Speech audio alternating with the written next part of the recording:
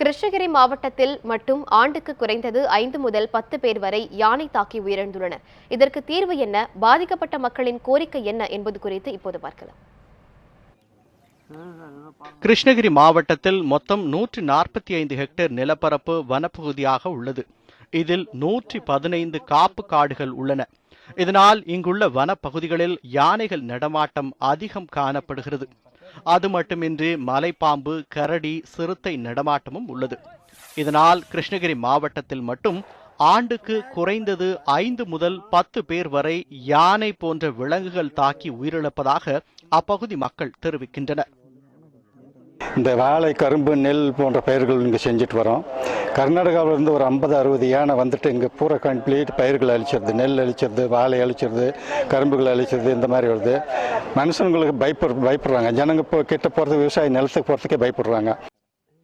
கர்நாடக மாநிலம் பன்னார்கட்டா வனப்பகுதியிலிருந்து ஏராளமான வனவிலங்குகள் கிருஷ்ணகிரி மாவட்டத்தில் உள்ள வனப்பகுதிகளுக்கு அவ்வப்போது இடம் பெயர்கின்றன. கிராமங்களுக்குள் கூட்டம் கூட்டமாக நுழையும் காட்டு யானைகள் அங்கு பயிரிடப்படும் ராகி, சோளம், கரும்பு போன்ற பயிர்களை சேதப்படுத்துவதாக அப்பகுதியினர் குற்றம் சாட்டுகின்றனர். அப்புறம் அதுக்கு மேலே விவசாயம் பண்ண முடியலன்னா கூலி நாளைக்கு பெங்களூர் இதுக்கு தான் போக வேண்டியதாகுது. அதை போயிட்டு குடும்பம் வளர்க்க முடியாது, பசங்களை படிக்க வைக்க முடியாது. இந்த வழங்கு விலங்கு ஃபாரஸ்ட் பந்தோபஸ்து பண்ணி கர்நாடகாவுக்கு அனுப்பினாதான் எங்களுக்கு விவசாயம் பண்ணுறதுக்கு ஒரு உறுதுணையாக செய்ய முடியும். கடந்த 5 ஆண்டுகளில் காட்டு யானைகள் தாக்கியதில் 40க்கும் மேற்பட்டோர் உயிரிழந்துள்ளனர். 100க்கும் மேற்பட்டோர் காயமடைந்துள்ளனர். இவர்களுக்கெல்லாம் வனத்துறை சார்பில் இழப்பீடு வழங்கப்படுகிறது.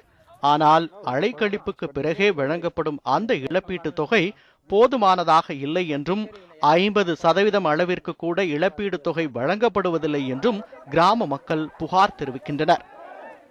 கர்நாடகாவில் உள்ள வனப்பகுதிகளிலே அந்த வளங்களை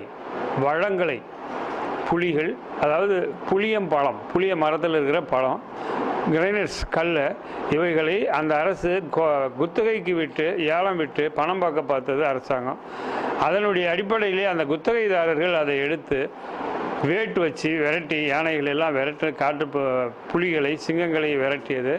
இதெல்லாம் விரட்டுதனுடைய விளைவு அவைகள் எல்லாம் பூரா தமிழகத்தின் மீது படையெடுக்க ஆரம்பித்து விட்டது.